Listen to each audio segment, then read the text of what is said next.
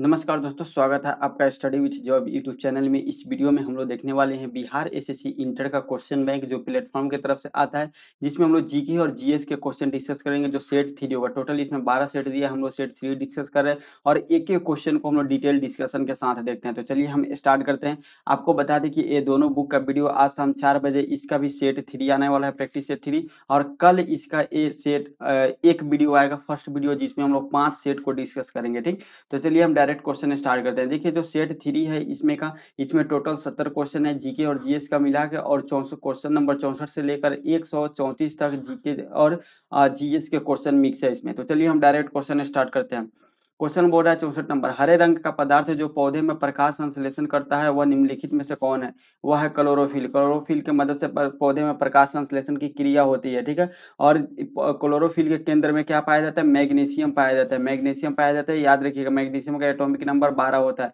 पौधे में हरे रंग किसके कारण होता है? क्लोरोफिल के कारण होता है पौधे में हरे रंग, ठीक है। इसको हिंदी में क्या बोलते हैं? पर्णहरित बोलते हैं। हिंदी में पर्णहरित बोलते हैं पौधे को क्लोरोफिल को हिंदी में पर्णहरित बोलते हैं। और ये प्रकाश संश्लेषण क्रिया में सहायक भी करता है, ठीक है। पौधे में प्रकाश संश्लेषण की क्रिया में क्या होता है? तो पौधे में जब प्रकाश संश्लेषण होता है तो उसमें O2 का क्या होता है? O2 को रिलीज कर दिया जाता है। O2 का मुक्त करती है पौधे, और CO2 अवशोषित कर लेती है पौधे। ये होता है प्रक्रिया में, ठीक है। प्रकाश संश्लेषण की क्रिया में जो क्लोरोफिल होता है वह 3 रंगों को ही अवशोषित करती है। 3 रंग कौन-कौन सा है? बैगनी है, ठीक है, बैगनी है, लाल है, बैगनी, लाल और नीला, 3 रंग को अवशोषित करती है। जिसमें से सबसे जो कम प्रकाश संश्लेषण की क्रिया होता है, सबसे कम होता है बैगनी में, सबसे कम बैगनी में होता है, और सर्वाधिक प्रकाश संश्लेषण की क्रिया लाल रंग में होता है, ठीक है। इसमें सर्वाधिक होता है। क्लोरोप्लास्ट हरित लवक होता है जो पौधे में होता है। पौधे के कुछ भाग को हरा करने में इसका यूज होता है क्लोरोप्लास्ट का। क्लोरोफॉर्म क्या होता है? क्लोरोफॉर्म एक कार्बनिक यौगिक होता है जिसका फॉर्मूला CH Cl2 होता है। कार्बनिक यौगिक होता है, ठीक है। इसका यूज किया जाता है ऑपरेशन करते टाइम बेहोश करने में। यह एक कार्बनिक यौगिक है। नेक्स्ट हम लोग देख लेते हैं 65 नंबर क्वेश्चन। बोल रहा है साइलेंट वैली या मूक घाटी किस राज्य में अवस्थित है? तो यह केरल में अवस्थित है। ऑप्शन डी राइट आंसर है। साइलेंट वैली या मूक घाटी केरल में अवस्थित है, ठीक है। साइलेंट वैली इसका नाम है। जम्मू कश्मीर में कौन-कौन सा जम्मू कश्मीर को देखिए, जम्मू कश्मीर में 2 चीज़ आप याद रखिएगा। एक श्रीनगर, श्रीनगर को क्या बोलते हैं? श्रीनगर को क्या बोलते हैं? श्रीनगर को पृथ्वी का स्वर्ग बोलते हैं। पृथ्वी का स्वर्ग बोलते हैं श्रीनगर को, पृथ्वी का स्वर्ग श्रीनगर को। और जो कश्मीर है, कश्मीर को हम लोग क्या बोलते हैं? कश्मीर को भारत का स्विट्जरलैंड बोलते हैं। क्या बोलते हैं? भारत का स्विट्जरलैंड बोलते हैं कश्मीर को, ठीक है। और जो ऐसे बिहार के एग्जाम से हम लोग पढ़े हैं तो झारखंड के आसपास जो भी इंपॉर्टेंट चीज़ है उसको भी देखना जरूरी है। जैसे झुमरी तलैया आप लोग सुने होंगे, बहुत फेमस जगह है। कहाँ पे है? झारखंड में स्थित है। कोडरमा की घाटी झारखंड में स्थित है। फूलों की घाटी किस राज्य को बोलते हैं? उत्तराखंड को बोलते हैं फूलों की घाटी। नेक्स्ट हम देख लेते हैं 66 नंबर क्वेश्चन। गोवा किस नदी पर अवस्थित है? गोवा मांडवी नदी पर स्थित है। Goa option B right answer हो जाएगा। इसको महादया नदी के नाम से भी जानते हैं। क्या बोलते हैं? महादयी नदी के नाम से भी इसको हम लोग जानते हैं इसको, ठीक है। यह पश्चिमी घाट से निकलती है और कहाँ जाके अरब सागर में जाके गिर जाती है। पश्चिमी घाट से निकलकर अरब सागर में गिर जाती है, और यह गोवा इसी नदी पर अवस्थित है, ठीक है। यहाँ पे नर्मदा नदी है। नर्मदा नदी कहाँ से निकलती है? अमरकंटक के पहाड़ी से निकलती है नर्मदा नदी, अमरकंटक की पहाड़ी से, और अरब सागर में गिर जाती है। अरब सागर में कहाँ पे जाके गिर जाती है? अरब सागर में खंबात की खाड़ी में जाके गिर जाती है। खंबात की खाड़ी, ठीक है। खंबात की खाड़ी में जाके गिर जाती है अरब सागर में। नेक्स्ट हम लोग देख लेते हैं ताप्ती नदी। ताप्ती नदी कहाँ से निकलती है? ताप्ती नदी जो है यह सतपुड़ा श्रेणी से निकलती है और जाके ये भी खंबात की खाड़ी में गिर जाती है, ठीक है। याद रखिएगा। चलिए नेक्स्ट पेनार नदी कहाँ से निकलती है? पेनार नदी नंदी हिल्स से निकलती है और ये मन्नार की खाड़ी में जाके गिर जाती है। अच्छा, नर्मदा के किनारे जो स्थित प्रमुख शहर कौन सा है? वो जबलपुर है। पर नर्मदा के किनारे स्थित है। मांडव में तो गोवा हो गया। ताप्ती नदी के किनारे स्थित सूरत है, और पेन्नौर नदी जो है पेन्नौर नदी के किनारे नेल्लौर शहर स्थित है। कौन? नेल्लौर जो फेमस शहर है यह स्थित है। नेक्स्ट हम लोग देख लेते हैं 67 नंबर क्वेश्चन। बोल रहा है शुष्काक्षिकोप का मनुष्यों में प्रयोग किस विटामिन की कमी से होता है? यानी ये जो बीमारी बोल रहा है यह रिकेट्स की बात कर रहे हैं, यानी सूखा रोग की बात करें तो विटामिन डी की कमी से होता है। ऑप्शन बी राइट आंसर हो जाएगा। विटामिन डी का रासायनिक नाम क्या है? ऑस्टिफेरॉल। क्या नाम है? कैल्सीफेरॉल। क्या नाम है? कैल्सीफेरॉल है, ठीक है। कैल्सीफेरॉल इसका नाम है। कैल्सीफेरॉल इसका रासायनिक नाम है। इसके कमी से एक और बीमारी होता है ऑस्टियोमलेशिया। ऑस्टियोमलेशिया किसके कमी से होता है? विटामिन डी की कमी से होता है।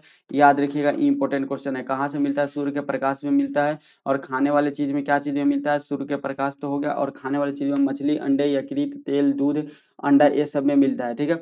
और इसको सूखा रोग भी बोलते हैं, रिकेट्स भी इसी को बोलते हैं। नेक्स्ट इसमें विटामिन के है, विटामिन के की कमी से जो रक्त है वो थक्का नहीं जमता है। इसका फाइलोक्वानानिन इसका नाम है, क्या है इसका रासायनिक नाम फाइलोक्वानानिन है।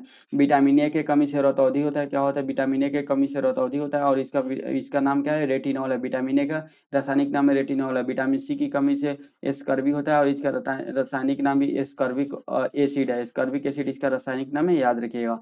चलिए नेक्स्ट हम लोग देख लेते हैं 68 नंबर क्वेश्चन। प्रोटीन ऊर्जा कुपोषण का परिणाम क्या है? प्रोटीन ऊर्जा कुपोषण का परिणाम क्या है?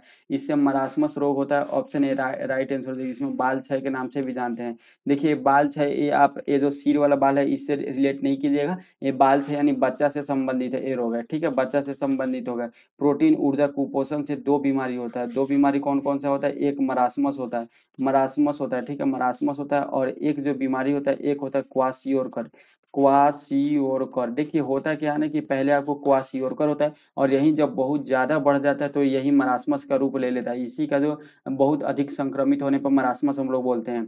तो ये किससे होता है? ये प्रोटीन कैलोरी कुपोषण के कारण होता है। बच्चे में होता है, इसमें क्या होता है बच्चे का ग्रोथ रुक जाता है और हाथ पैर पतला हो जाता है, पेट बाहर आ जाता है बच्चों का, ठीक है। रिकेट्स जो बीमारी होता है ऊपर हम लोग देख चुके हैं। रिकेट्स और वाल्क चर्म, ये दोनों बीमारी किससे होता है? विटामिन डी की कमी से होता है। विटामिन डी का रासायनिक नाम कैल्सीफेरॉल है। बेरी रोग जो होता है यह विटामिन बी1 के कमी से होता है, और विटामिन बी1 का रासायनिक नाम थायमीन है। नेक्स्ट 69 नंबर क्वेश्चन, निम्नलिखित में से किस स्थान पर जी गुरुत्वीय मान का सर्वाधिक होता है? जी का गुरुत्वीय मान सर्वाधिक कहाँ पे होता है? तो यह अंटार्कटिक के कैंप में होता है। ऑप्शन डी राइट आंसर हो जाएगा। इसको बहुत ध्यान से समझिएगा, ये है हमारा पृथ्वी, ठीक है। और जो जी का मान होता है, जी का मान कितना होता है? सबसे पहले ये देख लीजिए, 9.8 मीटर पर सेकेंड होता है जी का मान, ठीक है, पर सेकेंड स्क्वायर होता है। 9.8 मीटर पर सेकेंड स्क्वायर जी का मान होता है पृथ्वी के सतह पे। और जी का मान सबसे कम होता है विषुवत रेखा पे, सबसे कम जी का मान न्यूनतम विषुवत रेखा पे होता है। और जैसे ही हम लोग सतह से ऊपर जाएंगे, सतह से ऊपर मतलब अंतरिक्ष का बात हो रहा है, और सतह से नीचे मतलब धरती के अंदर का बात हो रहा है। अगर ऊपर और नीचे जाएंगे तो क्या होगा? धरती के सतह से ऊपर और सतह से अंदर अगर जाएंगे तो जी का मान क्या होता है? जी का मान घटता है, ठीक है। यहाँ नीचे एरो का मतलब क्या हुआ? घटता है। अगर वहीं आप यहाँ पे देखिए, अगर धरती पे बात करें तो पोल विषुवत रेखा, और दोनों पोल और विषुवत रेखा की बात करें, रिलेट करें, तो विषुवत रेखा पर जी का मान सबसे न्यूनतम होता है, और यही पोल पे ऊपर और नीचे पोल पर है जी का मान सर्वाधिक होता है। क्या होता है? जी का मान जो होता है वह सर्वाधिक होता है। इसलिए अंटार्कटिक का जो कैंप है, ठीक है, इस पे जी का मान सर्वाधिक होता है। ऑप्शन डी राइट आंसर हो जाएगा, ठीक है।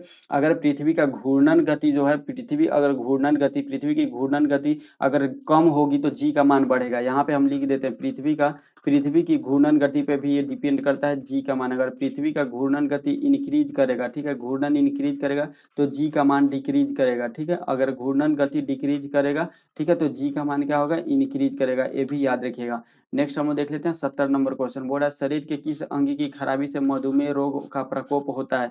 मधुमेह रोग किसके खराबी से होता है ये आपको बताना है। तो ये जो है पेनक्रियाज, ऑप्शन बी अग्न्याशय के जो है खराबी से होता है मधुमेह रोग। होता है क्या कि अग्न्याशय के बीटा कोशिका के द्वारा इंसुलिन नामक हार्मोन रिलीज किया जाता है, जो हमारे खून में ब्लड में शुगर को नियंत्रित करता है। लेकिन वही जो रिलीज है वह इंसुलिन का वह कम होने लगता है, जिसके कारण हमारे ब्लड में शुगर बढ़ जाता है और मधुमेह नामक बीमारी हो जाता है, ठीक। तो चलिए ये हो गया, इसके कमी से होता है, अग्न्याशय की कमी से होता है। ये अग्न्याशय एकमात्र हमारे शरीर का मिश्रित ग्रंथि है। एकमात्र मिश्रित ग्रंथि कौन सा है? अग्न्याशय है।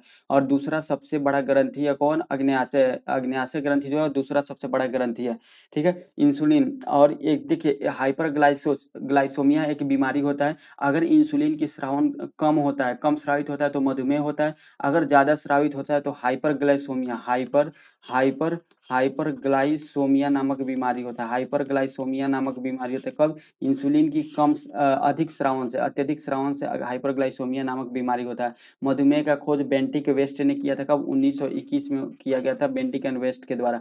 यहाँ पे क्या है, ठीक है। तो चलिए लीवर का बात किया गया है। लीवर जो होता है या क्या, लीवर का काम क्या रहता है? तो यह पित्त स्रावित होता है, यानी यकृत इसको हिंदी में बोलते हैं, इसे पित्त स्रावित होता है और पित्ताशय में जाके जमा होता है। किडनी क्या होता है? जिसको गुर्दा या फेफड़ा बोलते हैं, ठीक है। यह रक्त का छानता है, रक्त को शुद्ध करता है, और हृदय रक्त को पंप करके हमारे पूरे शरीर में पहुंचाता है। 71 नंबर क्वेश्चन है, इबोला क्या है? इबोला एक वायरस के कारण होने वाला रोग है। इबोला एक वायरस के कारण होने वाला रोग है। सबसे पहले ये देखिए इबोला नाम कहाँ से आया है। इबोला जो है यह अफ्रीका में एक नदी है, और इसी नदी के आसपास 1976 में सबसे पहले यह बीमारी देखा गया था, इसलिए इसी नदी के नाम पर इबोला इस वायरस का नाम ही रख दिया गया, इबोला वायरस। ठीक है, इबोला वायरस WHO के द्वारा जो इबोला बीमारी को खत्म करने के लिए एक इबोला फाइटर का गठन किया गया था, जिसको 2014 में टाइम्स पत्रिका के द्वारा जो है पर्सन ऑफ द ईयर पुरस्कार से सम्मानित किया गया था। इसका खोज दामित्री इवानोस्की के द्वारा किया गया था। इबोला का खोज किसके द्वारा किया गया था? दामित्री दामित्री इवानोस्की के द्वारा किया गया था। इवानोस्की के द्वारा किया गया था इबोला का खोज। ठीक है, देखिए जब भी वायरस की बात है तो एक चीज आप जरूर ध्यान में रखिएगा, वायरस जो होता है यह अगर बाहर वह रहता है तो निर्जीव रहता है, बाहर क्या रहता है? निर्जीव रहता है, लेकिन जैसे ही हमारे शरीर के अंदर जाता है वह सजीव रूप में हो जाता है। इस कारण कोविड-19 के समय सरकार द्वारा एक गाइडलाइन रिलीज किया गया था कि अब बाहर से कोई भी सामान खरीद के लाइए तो 12 घंटे तक उसको कहीं बाहर रख दीजिए, यूज नहीं कीजिए, क्योंकि अगर उस पर कोरोना वायरस होगा तो 12 घंटा तक उसको कोई भी हमारे शरीर के संपर्क में नहीं आएगा तो निर्जीव रूप में रहेगा और उसका मृत्यु हो जाएगा। उसके बाद हम लोग खाएंगे तो नुकसान नहीं करेगा। अगर वैसे ही 12 घंटे के अंदर हमारे शरीर के अंदर आ गया तो वह सजीव रूप ले लेगा और फिर अपना ग्रोथ स्टार्ट कर देगा।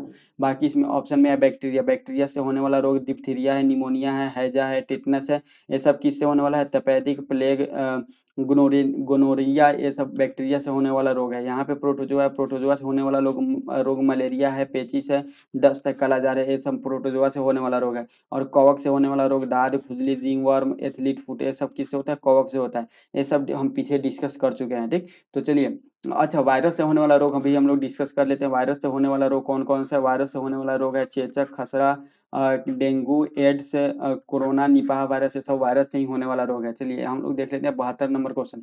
घेघा रोग आयोडीन की कमी किससे होता है? यह निम्न में से किस क्षेत्र में व्यापक हो सकता है? ठीक है, तो घेघा रोग जो होता है यह पहाड़ी क्षेत्र में ज्यादा होता है। ऑप्शन बी राइट आंसर होगा, क्योंकि होता क्या है कि समुद्र में क्या होता है? समुद्र में नमक की मात्रा कम होता है, और जैसे जैसे समुद्र से आप ऊंचाई पे जाइएगा तो वहाँ पे जो वहाँ के पानी निकलेगा, वहाँ का पानी निकलने में जो नमक का मात्रा होगा वह कम होगा। तो बहुत ऊंचाई पे अगर आप चले जाते हैं तो वहाँ से जो भी आप नल या कल के थ्रू अगर आप निकालते हैं पानी तो उसमें जो होगा वह नमक की मात्रा कम होगा, जिसके कारण वहाँ से नमक की मात्रा अगर कम होगा पानी में तो वहाँ के लोग अगर पानी पिएंगे तो नमक कम जाएगा शरीर में, और जिसके कारण थायराइड ग्रंथि प्रभावित होगा और घेघा नामक रोग होगा। ठीक है, समुद्री क्षेत्र में एक कम देखने को मिलता है, बिल्कुल ना के बराबर घेघा नामक रोग होता है। ठीक है, इसको हम लोग गायटर गोइटर भी बीमारी बोलते हैं। इसको क्या बोलते हैं? बहुत जगह एग्जाम में गायटर भी लिखा रहता है, जिसको इंग्लिश में गोइटर नामक बीमारी बोलते हैं। ठीक है, आयोडीन की कमी से होता है। चलिए उम्मीद करते हैं आप समझ गए होंगे कि समुद्र तल से अगर जितना ही ऊंचाई पे जाएंगे उसके कारण ये बीमारी होता है। नेक्स्ट है 73 नंबर क्वेश्चन। विटामिन ए मुख्यतः कहाँ कहाँ संग्रहित होता है? विटामिन ए मुख्यतः कहाँ संग्रहित होता है? तो विटामिन ए जो होता है यकृत में संग्रहित होता है। ऑप्शन डी राइट आंसर हो जाएगा, यकृत में संग्रहित होता है। Option D is the correct answer. ठीक है, इसमें क्या पता है? विटामिन ए भी पाया जाता है यकृत में, विटामिन ए भी पाया जाता है, आयरन भी पाया जाता है और तांबा भी पाया जाता है। ये सब धातु इसमें पाया जाता है, याद रखिएगा यकृत में।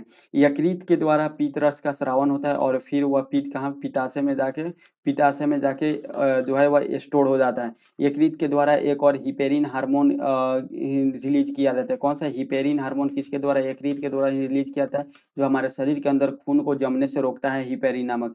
ठीक, चलिए विटामिन ए के बारे में हम लोग देख लेते हैं। विटामिन ए के कमी से कौन सा रोग होता है? रतौंधी होता है। और विटामिन ए का रासायनिक नाम क्या है? रेटिनॉल विटामिन ए का रासायनिक नाम है। जो सबसे बड़ा ग्रंथि होता है शरीर का वह यकृत ग्रंथि होता है, सबसे बड़ा ग्रंथि। इसका वजन लगभग 1.5 से 2 केजी का होता है, इसका वजन। ठीक है, यकृत का वजन अप्रोक्स 1.5 से 2 केजी का होता है। मृत कोशिका को कौन नष्ट करता है, खत्म करता है? वह यकृत ही खत्म करता है, यह सबसे बड़ा ग्रंथि है। और यकृत जो होता है वह एमिनो एसिड को अमोनिया में बदल देता है। एमिनो एसिड को अमोनिया में कौन सा ग्रंथि बदलता है? तो वह यकृत ग्रंथि बदलता है अमोनिया में, एमिनो एसिड को अमोनिया में यह कन्वर्ट कर देता है। नेक्स्ट हम लोग देख लेते हैं 74 नंबर क्वेश्चन। मासा क्यूलेक्स मच्छर निम्नलिखित में से किस रोग की वाहक है? मासा क्यूलेक्स जो मच्छर है यह मादा क्यूलेक्स मच्छर फाइलेरिया का वाहक है। ऑप्शन बी राइट आंसर हो जाएगा, फाइलेरिया का वाहक है, जिसको हम लोग हाथी पाँव के नाम से जानते हैं। किस बीमारी के नाम से इसको? और एक और हाथी पाँव के नाम से जानते हैं। यह कृमि से होने वाला रोग है। कौन सा? कृमि से होने वाला रोग है। और कौन सा कृमि से होता है? फाइलेरिया फाइलेरिया फाइलेरिया फाइलेरिया और फाइलेरिया वेन वेन वेनफ्रोफटाई फाइलेरिया वेनफ्रोफटाई कृमि से होने वाला रोग है। इसमें क्या होता है, शरीर के पार्ट में सूजन हो जाता है, ठीक, जिसके कारण ये बीमारी बहुत और नुकसान होता है, हाथी पाँव हाथ पैर बहुत अच्छा ज़्यादा मतलब लेवल में फूल जाता है। 75 नंबर क्वेश्चन देख लेते हैं। समदाब रेखाएं निम्नलिखित में से किसको प्रदर्शित करती है? सामदाब, यहाँ पे क्या बोल रहा है, सम मतलब बराबर, दाब मतलब दाब, समदाब मतलब समान वायुमंडलीय दाब को यह प्रभावित बताता है। ऑप्शन डी राइट आंसर हो जाएगा, जिसको हम लोग आइसोबार भी बोलते हैं। क्या बोलते हैं? आइसोबार के नाम से भी हम लोग जानते हैं समान वायुमंडल को। आइसोह्यूम्स क्या होता है? आइसोह्यूम्स जो होता है, आइसोह्यूम्स जो होता है, ये क्या बताता है? समान आर्द्रता को दर्शाता है। समान तापमान को क्या दर्शाता है? समताप रेखा, जो समताप रेखा है, समताप रेखा या समान दाब को दिखाता है। और समान वर्षा को, समवर्षा जो होता है वह समान वर्षा को दिखाता है। समवर्षा जो है, समवर्षा रेखा समान वर्षा को यह प्रदर्शित करता है। 76 नंबर क्वेश्चन देख लेते हैं। इसमें से कौन सी नदी कच्छ के रन में समाहित हो जाती है? कच्छ की रन में लूनी नदी समाहित हो जाती है। Option B right answer. Luni नदी जो राजस्थान के अरावली रेंज से निकलती है। क्या? राजस्थान के जो अरावली रेंज है वहां से निकलती है और फिर आती है गुजरात में, कच्छ के रण में यह समाहित हो जाती है, कच्छ के रण में विलुप्त हो जाती है यह लूनी नदी, ठीक है। राजस्थान के कहाँ से निकलती है? अरावली जो रेंज है, अरावली रेंज के पुष्कर घाटी से निकलती है। पुष्कर घाटी से निकलती है। राजस्थान में एक पुष्कर मेला भी अरावली रेंज राजस्थान में, और राजस्थान में पुष्कर मेला भी लगता है। कौन सा मेला? पुष्कर मेला कहाँ लगता है? राजस्थान में लगता है, ये भी याद रखिएगा, ठीक है। पुष्कर मेला राजस्थान में। थार रेगिस्तान की सबसे बड़ी नदी कौन सी है? लूनी नदी है। और लवन नदी कौन सी है? लूनी नदी है। लवन नदी लूनी नदी को ही बोलते हैं, ठीक है। और यह कच्छ की रण कहाँ स्थित है? कच्छ की रण गुजरात में स्थित है और वहां जाके यह समाहित हो जाती है। चलिए नेक्स्ट हम लोग देख लेते हैं 76 के बाद। और इसमें ऑप्शन में है साबरमती, ठीक है। साबरमती के कहाँ से निकलती है? साबरमती जो है यह ढेबर झील से निकलती है और अरब सागर में जाके गिर जाती है। बेतवा नदी विंध्य श्रेणी से निकलती है और यमुना नदी में जाके मिल जाती है, ये भी याद रखिएगा, ठीक। चलिए 77 नंबर क्वेश्चन। थायराइड ग्रंथि का स्थान कहाँ है? थायराइड ग्रंथि का स्थान गला में है। Option B right answer. गला यह प्रभावित होता है, थायराइड ग्रंथि से गला प्रभावित होता है, यह अंतःस्रावी ग्रंथि होता है और यह आयोडीन के कमी से प्रभावित होता है, जिसके कारण गला में सूजन हो जाता है और उसको हम थायराइड नामक बीमारी के नाम से जानते हैं। 78 नंबर क्वेश्चन है। साधारण नमक का रासायनिक नाम निम्नलिखित में से क्या है? साधारण नमक का रासायनिक नाम NaCl होता है। NaCl sodium chloride. Option C right answer हो जाएगा। कैल्शियम कार्बोनेट का फॉर्मूला क्या होता है? CaCO3 कैल्शियम कार्बोनेट का फॉर्मूला होता है। सोडियम कार्बोनेट का फॉर्मूला Na2CO3 होता है, सोडियम कार्बोनेट, ठीक है। सोडियम कार्बोनेट जिसको हम लोग वाशिंग सोडा के नाम से जानते हैं। क्या बोलते हैं? वाशिंग सोडा सोडियम कार्बोनेट के नाम से जानते हैं। अगर इसी में से एक सोडियम निकाल दें और एक हाइड्रोजन जोड़ दे, NaHCO3 हो जाएगा, जिसको हम लोग बोलेंगे सोडियम बाइकार्बोनेट बोलेंगे। और यह किसमें? यह खाने वाले सोडा में यूज होता है, ठीक है। खाने वाला सोडा में कौन यूज होता है? Sodium bicarbonate. इसमें से एक हाइड्रोजन सोडियम निकाल के आपको हाइड्रोजन जोड़ देना है, NaHCO3 सोडियम बाइकार्बोनेट हो जाएगा और खाने वाला सोडा हो जाएगा। अगर लवणता की बात करें तो सोडियम क्लोराइड होता है, समुद्र के जल में सर्वाधिक नमक होता है। लेकिन एक चीज याद रखिएगा, वान झील का नाम आप लोग सुने होंगे। वान झील जो दुनिया में सर्वाधिक नमकीन सर्वाधिक लवणता वाला झील है, जिसमें 330% इसकी लवणता मापी गई है, ठीक है। तो याद रखिएगा, वान झील बहुत इंपॉर्टेंट है। चलिए नेक्स्ट हम लोग देख लेते हैं 79 नंबर क्वेश्चन। तारों का रंग निर्भर करता है। तारों का रंग किस पे निर्भर करता है? तो तारों का जो रंग है उनके तापमान पर निर्भर करता है। उनके तापमान पे, ऑप्शन ए राइट आंसर हो जाएगा, ठीक है। उसके तापमान पर निर्भर करता है। और किस तापमान पे? तो जो जैसे मान लेते हैं तारा है, ठीक है, तो इसके सरफेस जो है, इसके सरफेस के टेम्परेचर पर निर्भर करता है, ठीक है। पृष्ठ ताप पर निर्भर करता है कि कौन सा तारा किस रंग का होगा। देखिए तारा दो रंग का होता है, दो चीज पे डिपेंड करता है। अगर किसी तारा का जो टेम्परेचर है वह 3000 डिग्री सेंटीग्रेड के आसपास हो, 3000 डिग्री सेंटीग्रेड के आसपास बोल रहे हैं, यानी इससे कम भी हो सकता है, ज्यादा भी हो सकता है, तो वह जो तारा होगा वह ठंडा तारा उसको माना जाता है, ठीक है, उसको ठंडा तारा माना जाता है। और यह जो होता है यह लाल रंग का होता है। अब जो हमारा सूर्य है वह किस तरह का तारा है? वह लाल रंग का दिखता है। सूर्य लाल रंग का दिखता है, इसलिए इसका जो 6000 डिग्री टेम्परेचर होता है, इसी कारण यह लाल रंग का दिखता है। 3000 के आसपास होना चाहिए। और जिसका टेम्परेचर 30,000 डिग्री सेंटीग्रेड से अधिक होता है, उसके पास आसपास होता है, उसको गर्म तारा के नाम से जानते हैं। और यह नीला रंग का दिखाई देता है, ठीक है, ये नीला रंग का दिखाई देता है, ये चीज आप याद रखिएगा, ठीक है। नीला रंग का दिखाई देता है। तारों का जो है तारों पे जो ऊर्जा कहाँ से प्राप्त होता है? नाभिकीय संलयन के द्वारा प्राप्त होता है, नाभिकीय संलयन के द्वारा प्राप्त होता है और सूर्य में भी यही क्रिया होता है। हाइड्रोजन बम में भी यही क्रिया होता है, हाइड्रोजन बम में भी यही क्रिया होता है। नेक्स्ट हम देख लेते हैं 80 number question. Doctor Norman E Borlaug किस देश से संबंधित है? यह अमेरिका से संबंधित है। ये जो है पूरी दुनिया का हरित क्रांति का जनक इनको माना जाता है। इसको किनको? नॉर्मन ई बोरलॉ को माना जाता है विश्व के हरित क्रांति का जनक। ठीक है, यहाँ पे हम लिख देते हैं विश्व के हरित क्रांति का जनक किसे माना जाता है? विश्व के हरित क्रांति का जनक डॉक्टर नॉर्मन ई बोरलॉ को माना जाता है। ठीक है, याद रखिए। भारत के हरित क्रांति के जनक किसे माना जाता है? भारत के हरित क्रांति के जनक माना जाता है एस.एस. स्वामीनाथन को, एस.एस. स्वामीनाथन को माना जाता है। ठीक है, एस.एस. स्वामीनाथन को। डॉक्टर नॉर्मन ई बोरलॉ को नोबेल पुरस्कार दिया गया था। कब नोबेल पुरस्कार इनको दिया गया था? 1972 में। किस चीज के लिए? शांति के लिए नोबेल पुरस्कार इनको दिया गया था। दुनिया से भूखमरी खत्म करने के लिए इनको नोबेल पुरस्कार दिया गया था। ठीक है, और ये अपना कृषि आंदोलन कब शुरुआत किए थे? 1966 में अपना कृषि आंदोलन शुरुआत किए थे। अच्छा, हरित क्रांति जो शब्द है, हरित क्रांति जो शब्द है, यह किसके द्वारा दिया गया था? डॉक्टर विलियम गॉड के द्वारा दिया गया था। डॉक्टर विलियम गॉड के द्वारा हरित क्रांति शब्द दिया गया था। ये भी चीज आप याद रखिएगा। ठीक है, चलिए ये हो गया। अब हम लोग देख लेते हैं 81 नंबर क्वेश्चन। आयोडीन टेस्ट का प्रयोग किसकी उपस्थिति जांचने के लिए किया था? आयोडीन टेस्ट का प्रयोग कार्बोहाइड्रेट की उपस्थिति जांचने के लिए प्रयोग किया था। ऑप्शन डी राइट आंसर हो जाएगा। ठीक है, आयोडीन टेस्ट से हम लोग जो है कार्बोहाइड्रेट का पता लगाते हैं। कार्बोहाइड्रेट का फॉर्मूला C6H12O6 होता है, जिसमें पूछता है एग्जाम में कि कार्बन, हाइड्रोजन और ऑक्सीजन का अनुपात क्या है? तो 1:2:1 होता है। 1:2:1 कार्बन, हाइड्रोजन और ऑक्सीजन का इसमें मात्रा होता है। ठीक है, यहाँ प्रोटीन है। प्रोटीन का जांच करने के लिए प्रोटीन का टेस्ट करने के लिए किस चीज कौन सा जांच किया जाता है? तो बाईयूरेट, क्या? बाईयूरेट परीक्षण किया जाता है। प्रोटीन का परीक्षण किया जाता है प्रोटीन की जांच के लिए। प्रोटीन की जांच के लिए। वसा की जांच के लिए कौन सी परीक्षण किया जाता है? इसके 3 परीक्षण फेमस है। एक होता है हबल परीक्षण, याद रखिएगा। एक होता है बोर्डाइन परीक्षण, एक होता है बोर्डाइन परीक्षण।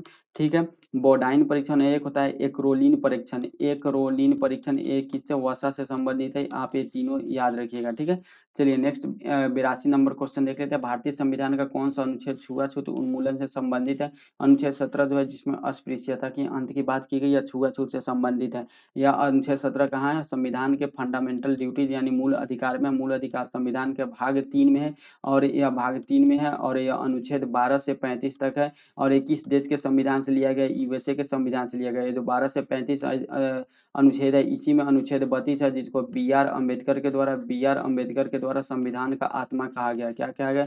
संविधान का आत्मा। संविधान का आत्मा कहा गया, संविधान का हृदय कहा गया। और मूल अधिकार को क्या क्या जो है मैग्ना कार्टा का संज्ञा दी गया है। क्या? मैग्ना कार्टा का संज्ञा दिया गया है। चलिए, ये हो गया फंडामेंटल ड्यूटी जो इंपॉर्टेंट है। जैसे अनुच्छेद 14 इंपॉर्टेंट है, तो अनुच्छेद 14 इसमें दिया हुआ है। तो अनुच्छेद 14 का क्या चीज से संबंधित है? विधि के समक्ष समानता से संबंधित है। ठीक है, अनुच्छेद 15 में आपके जाति, धर्म, मूल वंश, लिंग और धर्म के आधार पे जन्म स्थान के आधार पे कहीं भी आपका भेदभाव नहीं किया जाएगा, उससे संबंधित है। और अनुच्छेद 18 किससे संबंधित है? तो उपाधियों के अंश से संबंधित है अनुच्छेद 18। ठीक है, और मूल संविधान में 7 मौलिक अधिकार था, वर्तमान में 6 है। जो संपत्ति का अधिकार था, इसको 44वां संविधान संशोधन 1978 के तहत इसको हटा दिया गया था, और यहाँ से हटाकर अनुच्छेद 300 क में इसको ऐड कर दिया गया था। चलिए हम लोग देख लेते हैं 83 number question. Plaster of Paris का रासायनिक नाम क्या है? प्लास्टर ऑफ पेरिस का रासायनिक नाम है calcium sulphate hemihydrate. Option C right answer हो जाएगा। कैल्शियम सल्फेट हेमीहाइड्रेट इसका रासायनिक नाम है प्लास्टर ऑफ पेरिस का।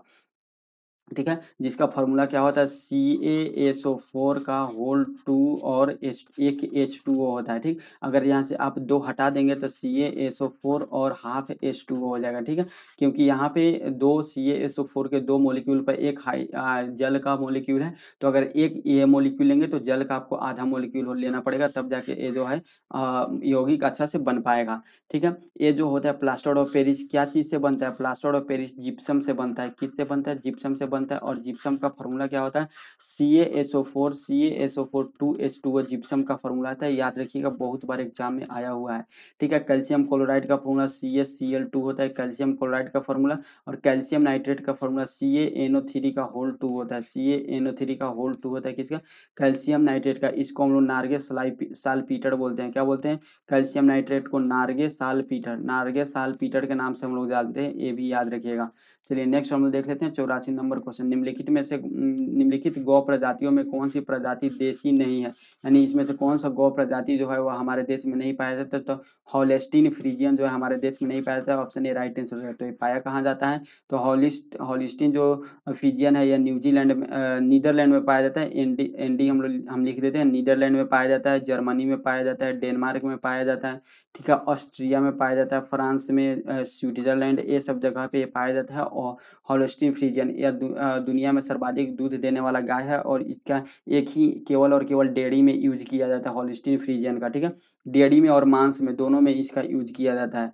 और इसका पहचान कैसे होता है, तो इसके शरीर पे काले और सफेद रंग का जो धब्बा होता है, या रेड और सफेद रंग का इसके शरीर पे धब्बा होता है। दूध से अगर याद आया, दूध से संबंधित एक चीज हम आपको बता दें, क्योंकि यह जो है सर्वाधिक दुनिया में देने वाला दूध है। दूध दो प्रकार का, एक हार्मोन दूध जो होता है वो दूध से संबंधित दो क्वेश्चन एग्जाम में आता है। दूध का रंग सफेद क्यों होता है और दूध का रंग पीला क्यों होता है, ये दोनों क्वेश्चन एग्जाम में आता है। अगर सफेद का पूछे तो ये केसिन के कारण सफेद होता है, किसके कारण, केसिन के कारण सफेद होता है। और पीला जो होता है वह कैरोटीन के कारण होता है, कैरोटीन के कारण दूध का रंग क्या होता है, पीला होता है। ये भी आप याद रखिएगा, ठीक।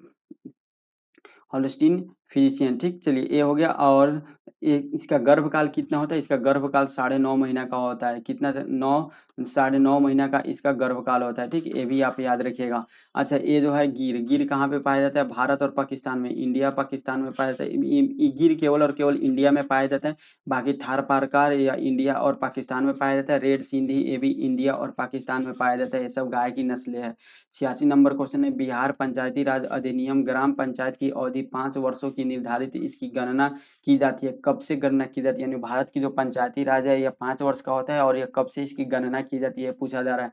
पंचायत की पहली बैठक की तिथि से इसकी गणना की जाती है। ऑप्शन बी राइट आंसर हो जाएगा। बिहार पंचायती राज अधिनियम कब आया था, तो 2006 में यह आया था, ठीक है, 2006 में आया था। और 5 वर्ष के लिए होती है, पहली बैठक से 5 वर्ष के लिए कार्यकाल होता है, ठीक है।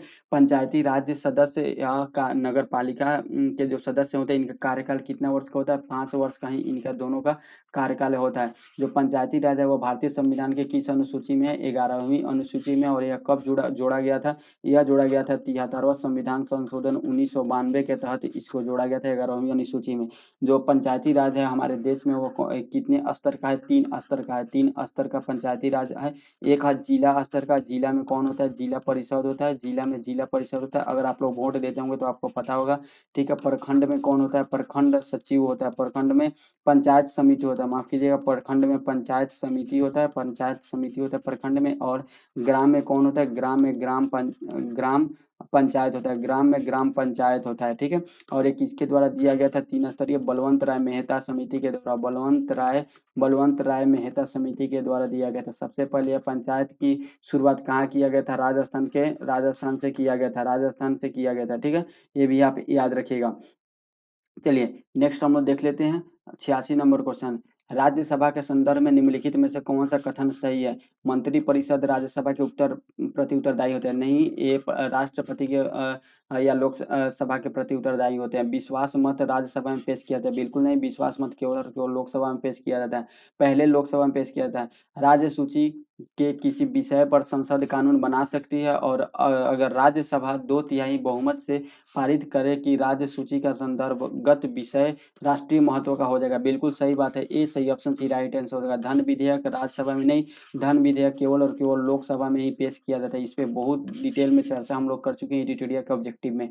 देखिए यहाँ पे ये बोल रहा है ना कि जो राज्य सूची का विषय होता है, आपको पता है हमारे जो संविधान के द्वारा जो है वह तीन सूची है। वह कौन कौन सा है, एक केंद्रीय सूची है, एक राज्य सूची है, और एक समवर्ती सूची है, ठीक है। और एक अंतरिक्ष से रिलेटेड भी एक अलग सूची बनाया गया है, लेकिन उसको हम लोग साइड में रखते हैं, इस पे डिस्कस करते हैं। तो जो राज्य सूची का है उस पे कानून बनाने का, जो केंद्रीय सूची का विषय इस पे केवल केंद्र कानून बनाएगा, ठीक है। जो राज्य सूची का विषय है इस पे कौन कानून बनाएगा, केंद्र राज्य बनाएगा। और जो ये समवर्ती इस पे दोनों बना सकते हैं। तो अगर राज्य सूची पर कोई राज्य अपना कानून बनाता है, ठीक है, तो यह राज्य सूची पर अगर कानून बनाता है लेकिन उसको भारत के संसद द्वारा उसको कानून को और राज्यसभा के द्वारा 2/3 बहुमत से अगर पास कर दिया जाता है तो वह जो रूल होगा, वह जो कानून होगा वह पूरे देश के लिए लागू होगा, राष्ट्रीय महत्व का हो जाएगा, यही यहाँ पे बोल रहा है। तो राज्यसभा का इतना महत्व है यहाँ पे। राज्यसभा किस अनुच्छेद में? राज्यसभा अनुच्छेद 81 में है, याद रखिएगा। राज्यसभा के सदस्यों का कार्यकाल 6 वर्ष का होता है, लेकिन हर 2 वर्ष पे 1/3, हर 2 वर्ष पे कितना? एक तिहाई जो है सदस्य या क्या होते हैं? मुक्त होते हैं। ये भी फैक्ट आपको याद रखना है, ठीक है। वर्तमान में राज्यसभा के उपसभापति कौन है? जगदीप धनखड़ हैं। और राज्यसभा के उपसभापति कौन होते हैं? भारत के राज्यसभा के सभापति होते हैं, माफ कीजिएगा, सभापति बोल रहे हैं, जगदीप धनखड़ है। राज्यसभा के सभापति कौन होते हैं? उपराष्ट्रपति होते हैं। चलिए नेक्स्ट हम लोग देख लेते हैं क्वेश्चन। 87 नंबर क्वेश्चन बोल रहा है राष्ट्रीय प्रतीकों के संबंध में नीचे दिए गए कथनों में से कौन सा सही नहीं है? गलत कथन आपको चूज करना है, ठीक है। भारत के राष्ट्रीय ध्वज की चौड़ाई और लंबाई का अनुपात 2:3 है, बिल्कुल सही बात है। और पिंगली वकैया के द्वारा हमारा राष्ट्रीय ध्वज तैयार किया गया था 22 जुलाई 1947 को संविधान सभा के द्वारा इसको अपनाया गया था। राष्ट्रीय झंडे के चक्र में आरोह की संख्या 24 है। आरोह की संख्या बिल्कुल सही बात है, आरोह की संख्या 24 है और ये 24 जो है 24 घंटा को दर्शाता है।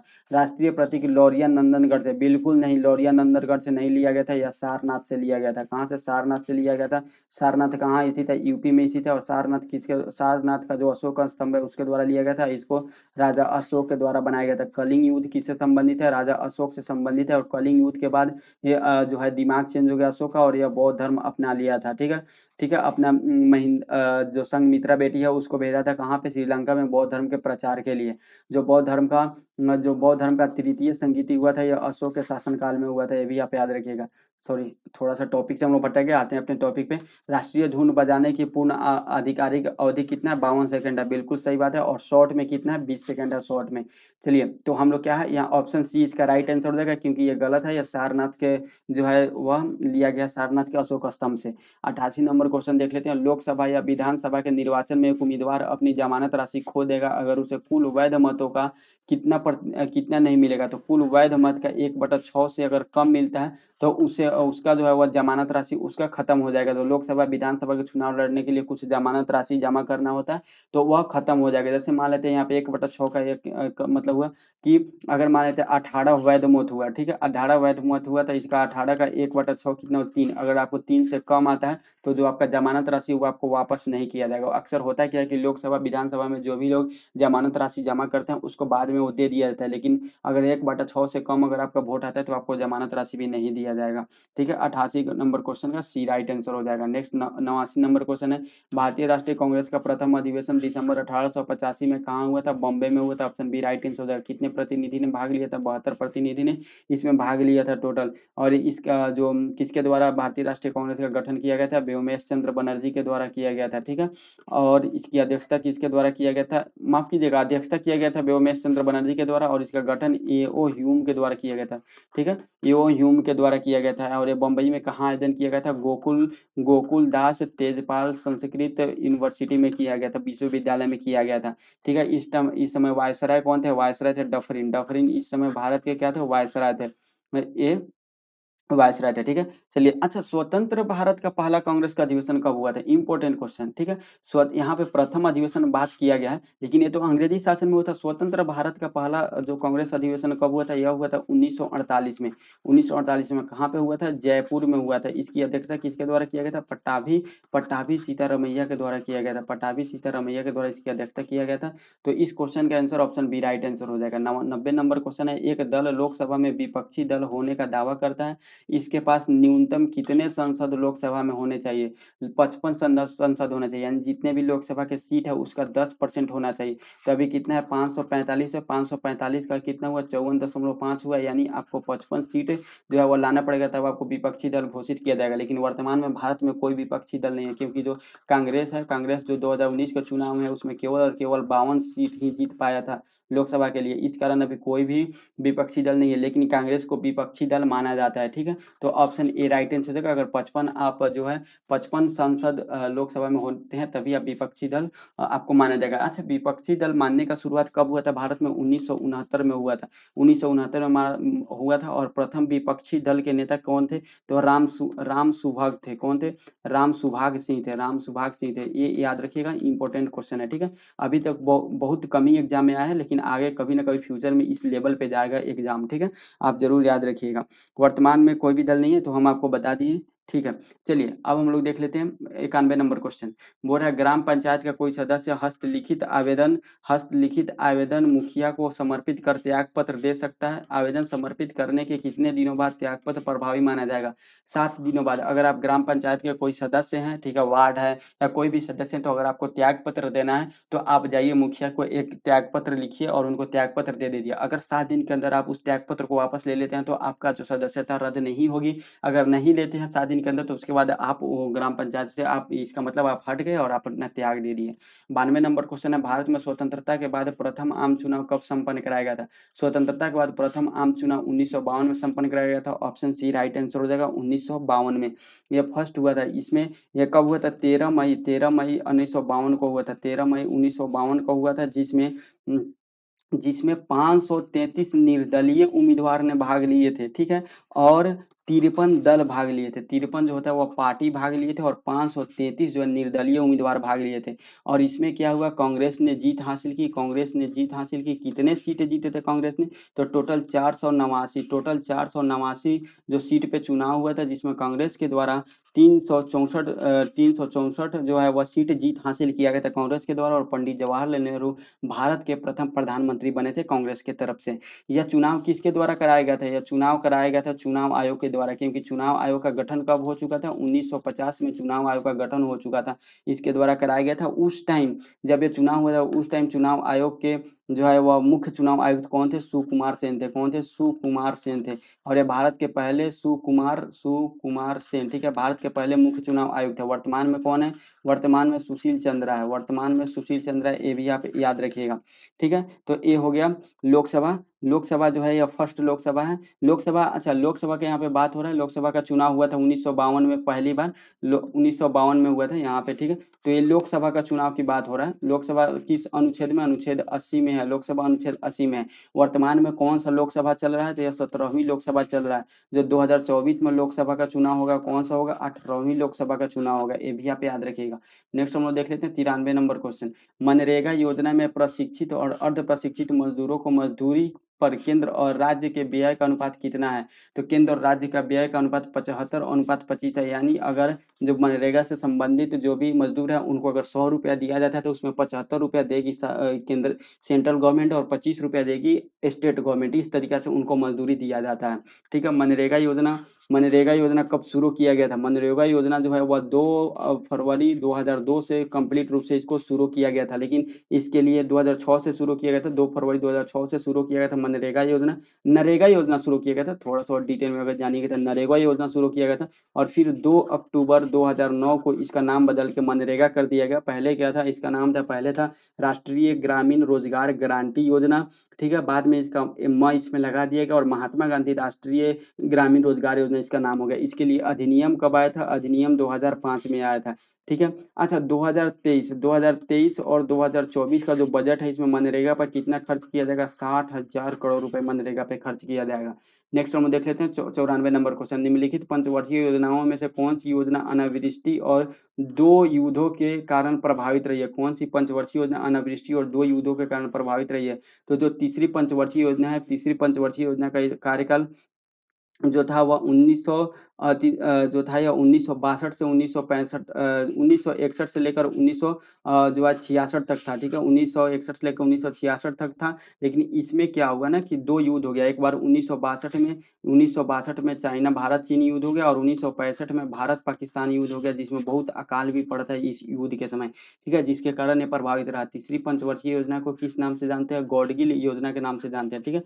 गॉडगिल योजना के नाम से जानते हैं तीसरी पंचवर्षीय योजना को। अच्छा, यहाँ पे प्रथम पंचवर्षीय योजना है। प्रथम पंचवर्षीय योजना के बारे में हम लोग जाने तो प्रथम पंचवर्षीय योजना 1951 से 1956 के बीच शुरू किया गया था और यह हेरोर हेरोडोमर मॉडल पे आधारित है, हेरोडोमर मॉडल पर आधारित है, हेरोडोमर मॉडल पर आधारित है।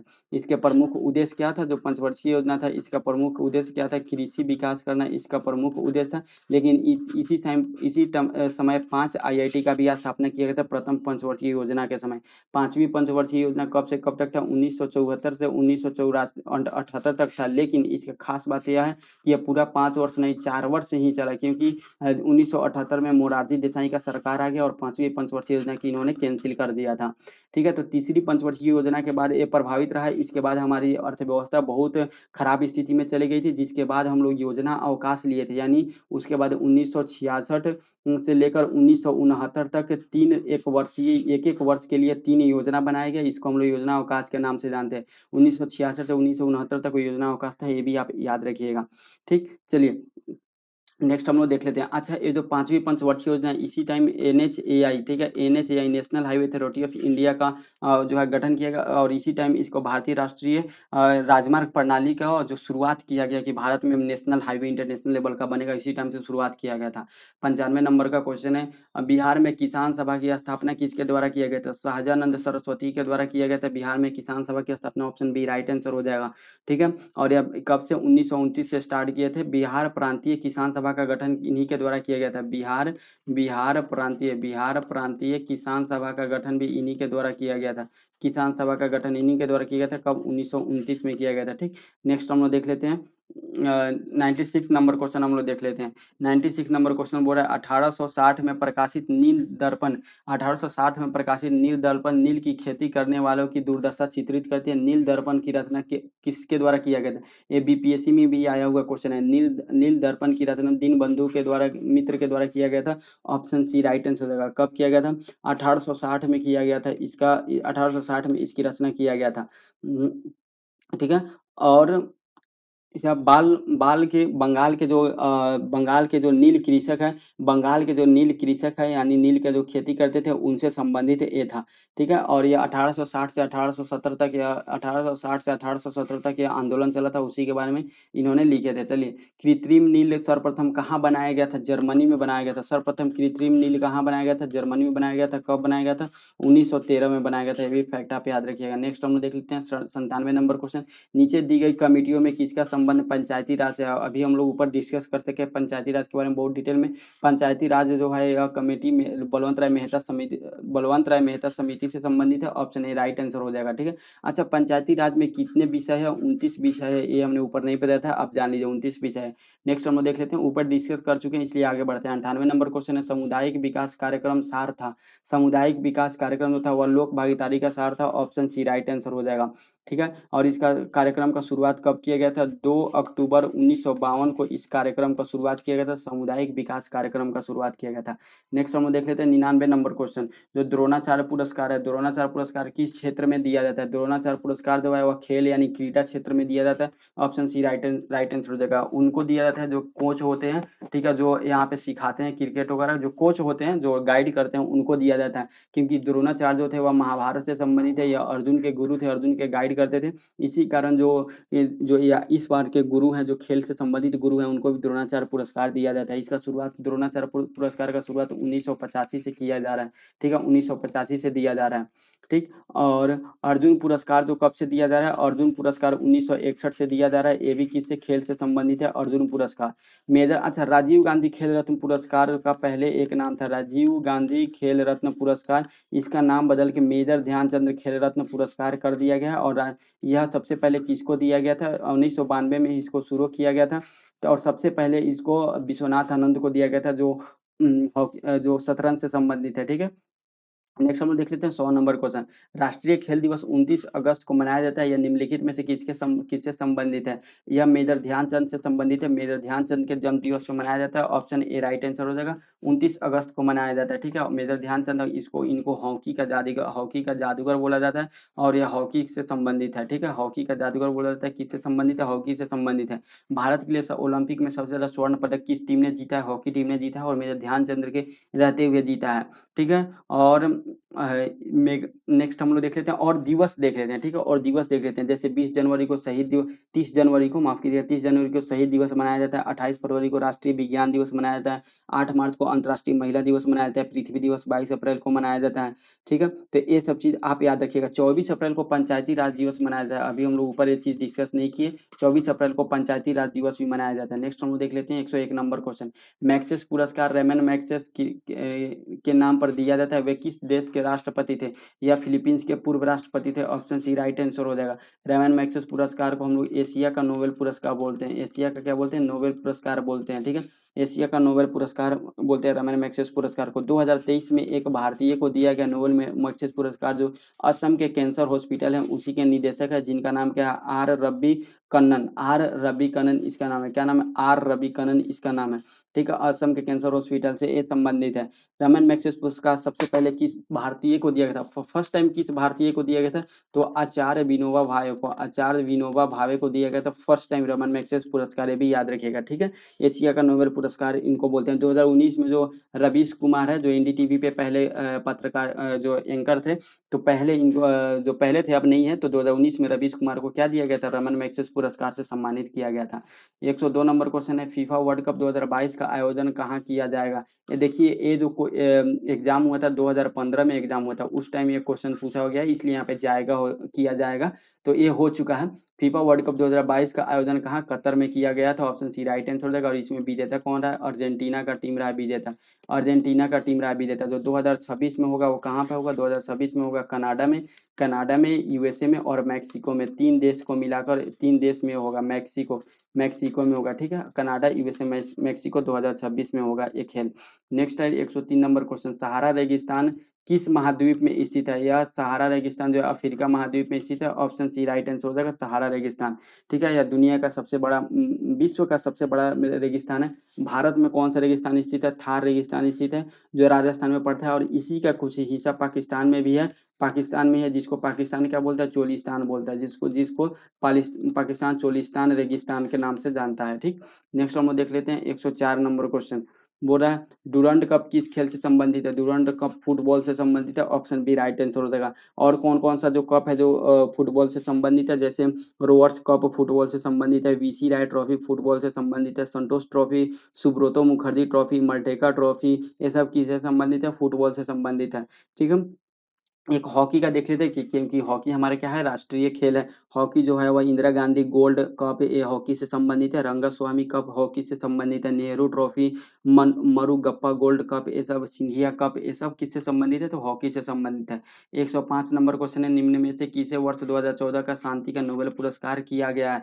शांति का नोबेल पुरस्कार 2014 में किसे दिया गया? कैलाश सत्यार्थी को दिया गया। और साथ में एक जो है एक पाकिस्तान की एक महिला को भी दिया गया 2014 में, जिनका नाम था कैलाश सत्यार्थी और मलाला यूसुफजई। हाँ, ठीक है, मलाला यूसुफजई को दिया गया था। मलाला यूसुफजई को दिया गया था, ठीक है। याद रखिए 2014 में। ये क्या है? भारत से संबंधित है, ठीक है, भारत से संबंधित है कैलाश सत्यार्थी। इनको 2014 में दिया गया था। और क्यों दिया गया था इनको कैलाश सत्यार्थी को? क्योंकि बचपन बचाओ योजना इन्होंने चलाया था। बचपन बचाओ योजना किसने चलाया था? कैलाश सत्यार्थी ने चलाया था। कब चलाया था? 1980 में चलाया था, जिनके कारण दिया गया था। और मलाला यूसुफजई जो आतंकवादी जो हुआ था उसके कारण इन्होंने बचे और जो घर से बाहर निकल कर स्कूल जाने में कुछ शांति किया, जिसके कारण इनको दिया जाता है। दोनों को संयुक्त रूप से दिया गया था 2014 में नोबेल पुरस्कार, ठीक है। नोबेल पुरस्कार जो होता है वह अंतर्राष्ट्रीय शांति के लिए, यहाँ पे जो है अबी अहमद अंतर्राष्ट्रीय शांति के लिए शांति का नोबेल पुरस्कार दिया जाता है। अबी अहमद जो है ये इथियोपिया के पूर्व प्रधानमंत्री रह चुके हैं। इनको भी 2019 में नोबेल का शांति पुरस्कार दिया गया था। चलिए नेक्स्ट हम लोग देख लेते हैं आगे। आगे हम लोग देखते हैं 106 नंबर क्वेश्चन। बिहू किस राज्य का लोक नृत्य है? अच्छा, 2023 में शांति का नोबेल पुरस्कार किसको दिया है? आप कमेंट करके जरूर बताइएगा, ठीक है। बिहू बिहू किस राज्य का लोक नृत्य है? बिहू किस राज्य का लोक नृत्य है? तो असम का लोक नृत्य है। ऑप्शन ए राइट आंसर हो जाएगा। बिहू असम का लोक नृत्य है और ये साल में 3 बार मनाया जाता है। कछारी जनजाति के द्वारा इसको मनाया जाता है। पश्चिम बंगाल है, तो पश्चिम बंगाल का जो है पश्चिम बंगाल का कौन कौन सा लोक नृत्य है? काठी, जंगा, बाउल, कीर्तन, ये सब किससे? पश्चिम बंगाल से संबंधित है। ओणम केरल से संबंधित है। रंगोली महाराष्ट्र से संबंधित है। मेहंदी जो है यह राजस्थान से संबंधित है। चौक पूर्णा उत्तर प्रदेश से संबंधित है, ये सब आप याद रखिएगा। पोंगल किस राज्य का लोक नृत्य है? वो तमिलनाडु का लोक नृत्य है पोंगल, ठीक है, तमिलनाडु का। नेक्स्ट हम लोग देख लेते हैं 107 नंबर क्वेश्चन। पेरू की राजधानी है, पेरू की राजधानी कहाँ स्थित है, ये आपको बताना है। तो पेरू की राजधानी जो है वो लीमा है, ऑप्शन सी राइट आंसर हो जाएगा। पेरू की राजधानी लीमा है। और यह देखिए 2000 इसलिए पूछ रहा है ना, 2015 में एग्जाम में यह इसलिए आया था क्योंकि यहाँ पे उस टाइम 2014 में जो हो ना वह कोप 20 का सम्मेलन यहाँ पे हुआ था पेरू में, इसलिए ये उस टाइम क्वेश्चन पूछा गया है, ठीक है। चलिए अब हम लोग आगे बढ़ जाते हैं। ला पाज यह किस देश का राजधानी है? ला पाज जो है यह बोलीविया के देश का राजधानी है ला पाज, ये भी याद रखिए, ठीक है। और यहाँ पे जो बागोटा दिया गया है, बागोटा कोलंबिया की राजधानी है, कोलंबिया की राजधानी क्या है? बागोटा, ठीक है। चलिए नेक्स्ट हम लोग देख लेते हैं 108 नंबर क्वेश्चन। चेर्नोबिल परमाणु संयंत्र जो अब बंद है, कहाँ है, कहाँ पे स्थित है? तो ये यूक्रेन में स्थित है। अभी भी जो यूक्रेन और रशिया का युद्ध चल रहा था इसमें काफी फेमस था, यूक्रेन में संबंधित चेर्नोबिल परमाणु संयंत्र, इसमें दुर्घटना हुआ था 1986 में, जिसके कारण ये फेमस हो गया था। 1986 में चेर्नोबिल परमाणु संयंत्र दुर्घटना हुआ था, ठीक है। एक और बहुत फेमस 2011 में हुआ था परमाणु संयंत्र दुर्घटना, जिसका नाम है फुकुशिमा। क्या नाम है? फुकुशिमा परमाणु दुर्घटना हुआ था, ये भी याद रखिए कब हुआ था? 2011 में हुआ था, काफी इंपॉर्टेंट है। परमाणु ऊर्जा आयोग का गठन कब किया गया था भारत में? 1948 में। और परमाणु ऊर्जा विभाग भी कब बनाया गया था? 1954 में बनाया गया था परमाणु ऊर्जा विभाग। नेक्स्ट हम लोग देख लेते हैं 109 नंबर क्वेश्चन। जापान की मुद्रा क्या है? जापान की मुद्रा एन है, ऑप्शन डी राइट आंसर होगा। युआन कहाँ का मुद्रा है? चाइना का मुद्रा युआन है, ठीक है। दिरहम कहाँ कहाँ का है? तो दिरहम जो है मोरक्को का और संयुक्त अरब अमीरात का मुद्रा क्या है? दिरहम है, ठीक। चलिए जो क्रोन है वो ग्रीनलैंड की मुद्रा है, क्रोन कहाँ है? ग्रीनलैंड की मुद्रा है। रूबल कहाँ की मुद्रा है? रसिया का मुद्रा है रूबल। यूरोपीय यूनियन का मुद्रा क्या है? यूरो है। और जो पेरू ऊपर हम लोग देखे देश, पेरू ऊपर जो देश लेके देखे उसका नाम, उसका क्या मुद्रा? न्यू सोल वहाँ का मुद्रा है पेरू का, ठीक है। दिरहम कहाँ का स्थित है? मोरक्को का और यूएई संयुक्त अरब अमीरात का स्थित है, ठीक है। क्रोनर कहाँ का स्थित है? ग्रीनलैंड का है, ग्रीनलैंड का मुद्रा है क्रोनर, ठीक है। और बाकी हम लोग देख लिया रूबल, एक हम बोले थे रूबल कहाँ का है? तो रसिया का है रूबल, रसिया का है रूबल। चलिए नेक्स्ट हम लोग देख लेते हैं 110 नंबर क्वेश्चन। निम्नलिखित में से किस चक्रवात ने भारत के पूर्वी तट को प्रभावित नहीं किया था? अब देखिए ये 2015 में एग्जाम आया था, उसका करंट अफेयर का क्वेश्चन है, ठीक है। तो उस टाइम जो ये था नीलोफर जो चक्रवात आया था, यमन के द्वारा इसका नाम दिया गया था। तो इस टाइम ये प्रभावित नहीं किया था, उससे क्वेश्चन है। 111 नंबर क्वेश्चन है। ट्रेन टू पाकिस्तान पुस्तक निम्नलिखित में से किसने लिखी थी? ट्रेन टू पाकिस्तान खुशवंत सिंह के द्वारा लिखा गया था, ऑप्शन डी राइट आंसर हो जाएगा, खुशवंत सिंह के द्वारा। बरियल एट सी पुस्तक भी किसके द्वारा? बरियल एट सी पुस्तक भी किसके द्वारा लिखा गया था? खुशवंत सिंह के द्वारा ही लिखा गया था। मुल्क राज आनंद जो है इनके द्वारा कौन सा पुस्तक लिखा गया था? कूली इनके द्वारा पुस्तक लिखा था। कन्फेशन ऑफ अ लवर भी पुस्तक मुल्क राज आनंद के द्वारा ही लिखा गया था, ये सब याद रखिएगा। The death of the hero मुल्क राज आनंद के द्वारा लिखा गया था, ये भी काफी फेमस है। The death of the hero, ये काफी फेमस पुस्तक रहा है, इसलिए यहाँ पे हम लिख दे रहे हैं मुल्क राज आनंद के द्वारा लिखा गया था। 112 नंबर क्वेश्चन है। विंग्स ऑफ फायर पुस्तक के लेखक कौन है? इस पे हम लोग डिटेल कल डिस्कस कर चुके हैं। विंग्स ऑफ फायर पुस्तक के लेखक है अब्दुल कलाम, ठीक है। ऑप्शन बी राइट है, देखिए यहाँ पे अबुल है और यहाँ पे अब्दुल है, तो अब्दुल कलाम आजाद होंगे, ऑप्शन बी राइट आंसर हो जाएगा। 112 का भी, ठीक है। इग्नाइटेड माइंड्स भी एक किसके द्वारा? अब्दुल कलाम, एपीजे अब्दुल कलाम आजाद के द्वारा ही लिखा गया था। इनको मिसाइल मैन के नाम से हम लोग जानते हैं, इनको भारत रत्न भी दिया गया था एपीजे अब्दुल कलाम का। ये हमारे पूर्व राष्ट्रपति भी रह चुके हैं और बिहार के नालंदा अंतर्राष्ट्रीय विश्वविद्यालय है उसके कुलपति भी रह चुके हैं। नेक्स्ट हम देख लेते हैं 113 नंबर क्वेश्चन। 113 नंबर क्वेश्चन है। भारत एक खोज पुस्तक अहमदनगर किला जेल में कारावास के दौरान लिखी गई थी, यह किसके द्वारा लिखा गया था? तो ये जो भारत एक खोज पुस्तक है, डिस्कवरी ऑफ इंडिया जो है जवाहरलाल नेहरू के द्वारा लिखा गया था, ऑप्शन डी राइट आंसर है। किसके द्वारा? जवाहरलाल नेहरू के द्वारा लिखा गया था।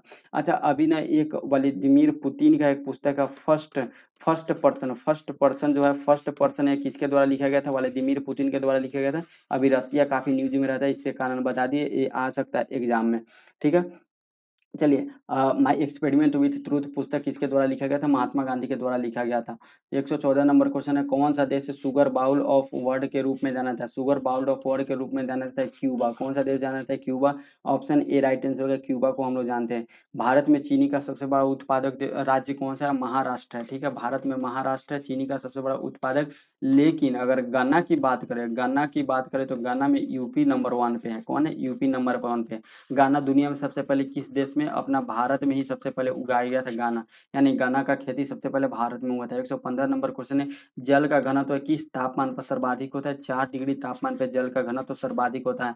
होता क्या है कि 0 डिग्री से पहले ये क्या होता है, ये जो है वह 4 डिग्री सेंटीग्रेड पर सर्वाधिक घनत्व होता है। सर्वाधिक घनत्व होता है, उसके बाद फिर घटता है या बढ़ता है, ऐसे होता है। ठीक, तो 4 डिग्री सेंटीग्रेड पर होता है। 116 नंबर क्वेश्चन है, संयुक्त राष्ट्र का गठन किस वर्ष हुआ था? संयुक्त राष्ट्र का गठन किस वर्ष किया गया था? ये आपको बताना है। तो संयुक्त राष्ट्र का जो गठन किया गया था वो 1945 में किया गया था। ऑप्शन ए राइट आंसर हो जाएगा। कब किया गया था?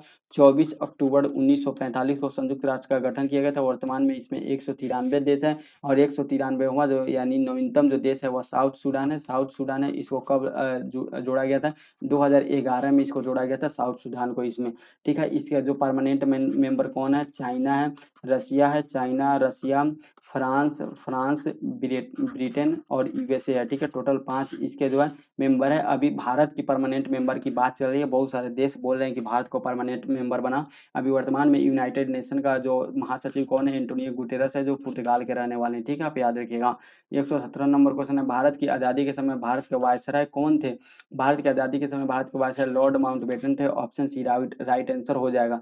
सी राजगोपालाचारी जो प्रथम भारतीय गवर्नर जनरल कौन थे? चक्रवर्ती राजगोपालाचारी थे प्रथम भारतीय गवर्नर। प्रथम भारतीय फर्स्ट भारतीय कौन थे? चक्रवर्ती राजगोपालाचारी थे। ठीक है, ये भी याद रखिएगा। प्रथम जो नहीं थे, भारत के प्रथम गवर्नर जनरल कौन कौन थे? लॉर्ड विलियम बेंटिक थे भारत के प्रथम गवर्नर जनरल, जो 1833 के चार्टर भारत शासन अधिनियम के तहत बने थे। वो चार्टर एक्ट के तहत बने थे, जो 1833 में आया था। ठीक है, चलिए नेक्स्ट हम लोग आगे बढ़ते हैं। 118 नंबर क्वेश्चन है, कौन सा आईसीएस अधिकारी भारतीय राष्ट्रीय कांग्रेस के 1885 में गठन में शामिल हुआ था? कौन सा आईसीएस अधिकारी 1885 में शामिल हुआ था? तो वह था A O Hume. Option D right answer होगी। ये भी बीपीएससी में पूछा हुआ क्वेश्चन है। ठीक है, तो एओ ह्यूम जो था वह एक आईसीएस अधिकारी था, जो राष्ट्रीय कांग्रेस, जो भारतीय राष्ट्रीय कांग्रेस के गठन में यह शामिल था। ठीक है, चलिए नेक्स्ट हम लगभग भारतीय राष्ट्रीय कांग्रेस है, इसका सचिव बन के रहा था लगभग कितने साल तक? 1885 से लेकर 1905 तक यह महासचिव बन के रहा था। ये भी आप याद रखिएगा। ठीक है, महासचिव बन के रहा था। इसको हम लोग शिमला और का संत के नाम से, हार्मिट ऑफ शिमला के नाम से भी जानते हैं, या शिमला ऑफ संत के नाम से जानते हैं। ये भी एग्जाम में क्वेश्चन आता है, शिमला के संत के नाम से भी इसको जाना जाता है।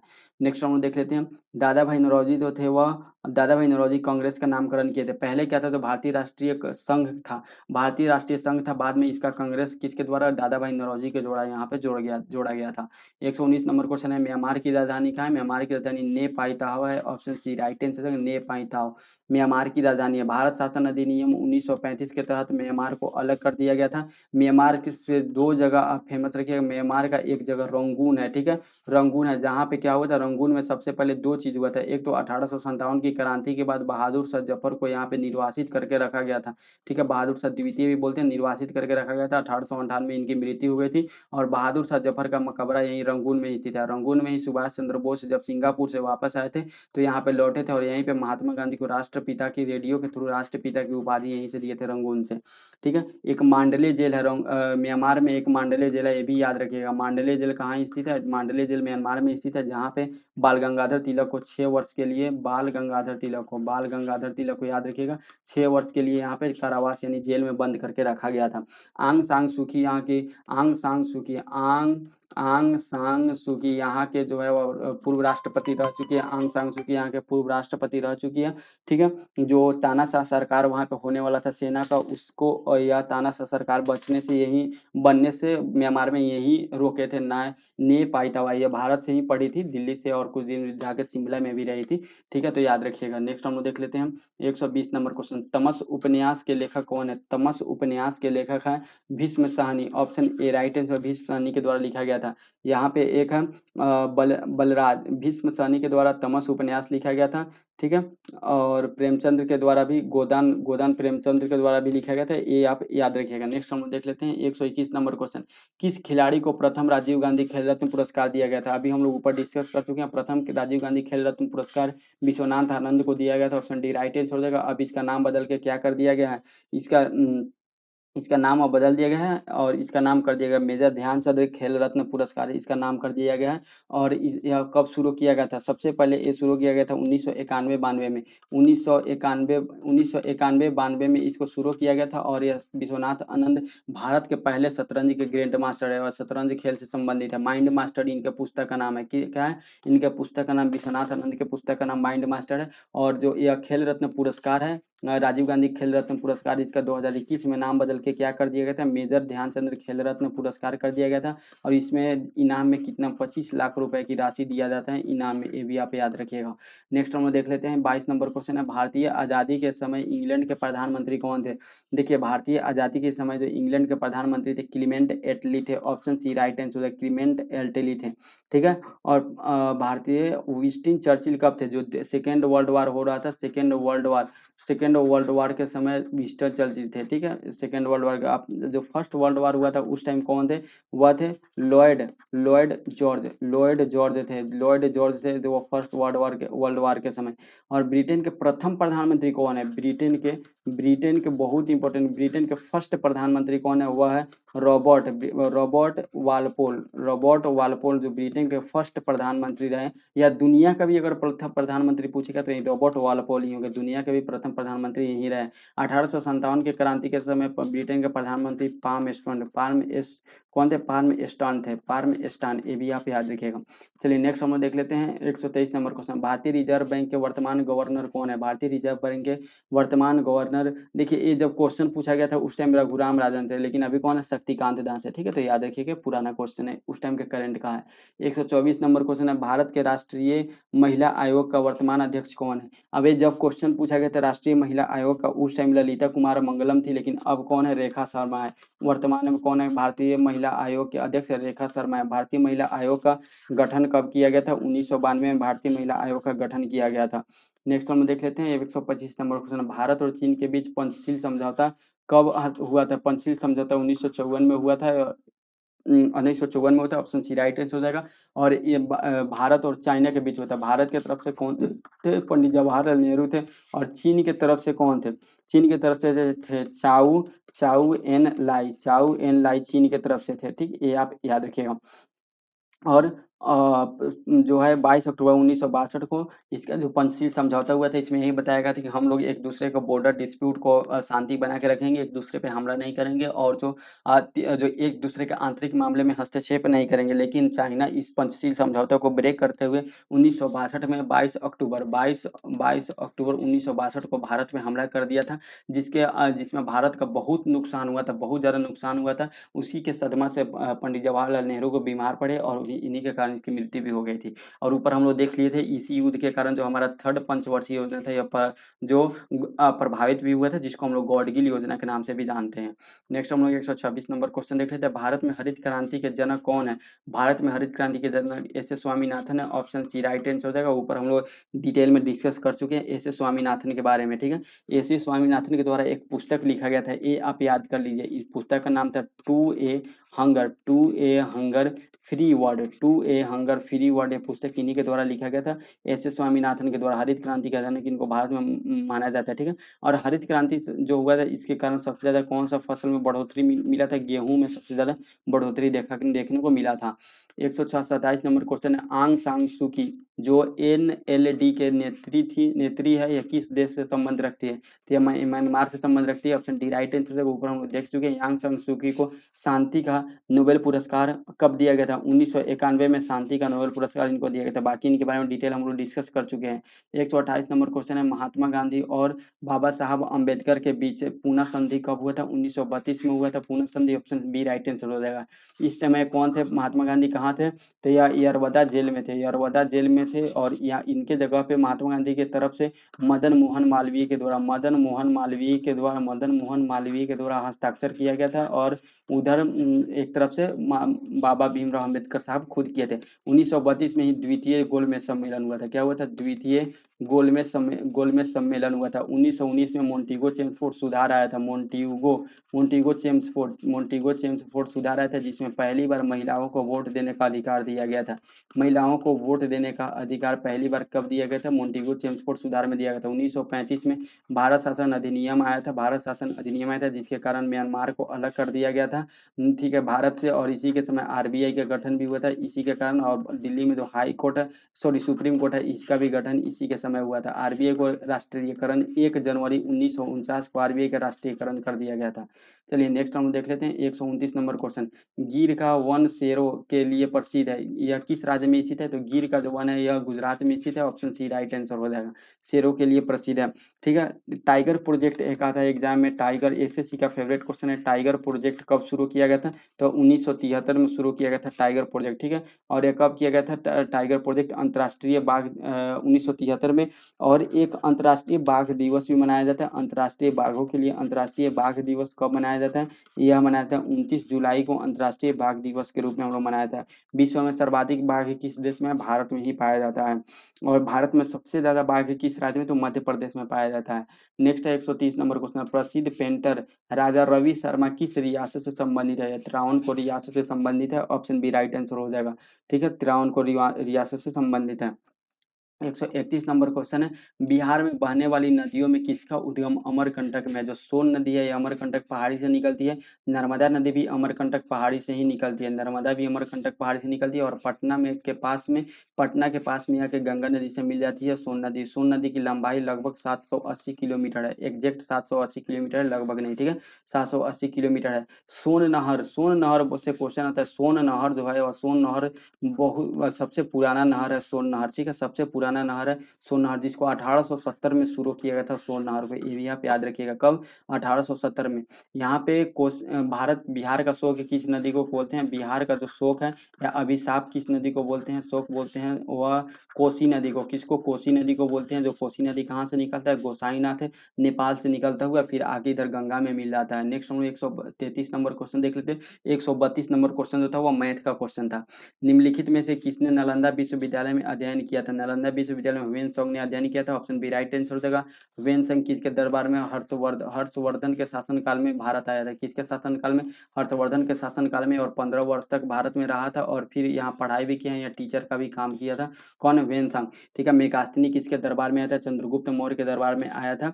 चंद्रगुप्त जो है मौर्य के दरबार में कौन है था? मेगास्थनी आया था, ठीक। इब्न बतूता मोरक्को का निवासी था। और यह इब्न बतूता जो था वह किसके? मोहम्मद बिन तुगलक के दरबार में आया था। मोहम्मद बिन तुगलक के शासनकाल में आया था इब्न बतूता मोहम्मद बिन तुगलक के शासनकाल में आया था। इसका एक पुस्तक है रहेला काफी पुस्तक है, एग्जाम में बहुत बार आता है, इंपॉर्टेंट है, याद रखिएगा।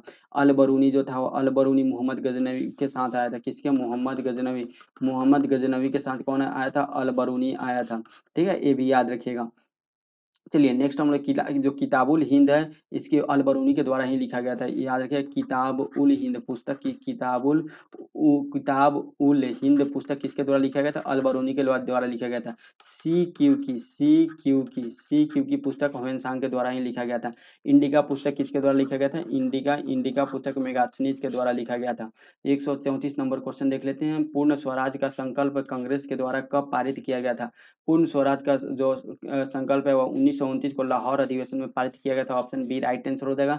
यह 1929 में हुआ था, जिसकी अध्यक्षता पंडित जवाहरलाल नेहरू के द्वारा किया गया था। और इसी में बोला गया था कि 26 जनवरी 1930 तक हम लोग पूर्ण स्वतंत्र घोषित कर लेंगे और उस दिन झंडा फहराएंगे। और इस दिन रात में 12 बजे रावी नदी के तट पे झंडा फहराया गया था। और यह बोला गया था कि अगले 26 जनवरी 1930 से हम लोग बिल्कुल आज़ाद हो जाएंगे और पूर्ण स्वराज की घोषणा कर दी गई थी। लेकिन हम लोग देश आज़ाद नहीं हो पाया। इस कारण जो अब हम लोग का संविधान 26 नवंबर 1949 को बन के रेडी हो गया था। लेकिन 26 जनवरी इसी डेट को याद करने के लिए 26 जनवरी 1950 को पूर्ण रूप से इसको लागू किया गया था। ये भी आप याद रखिएगा, ठीक है।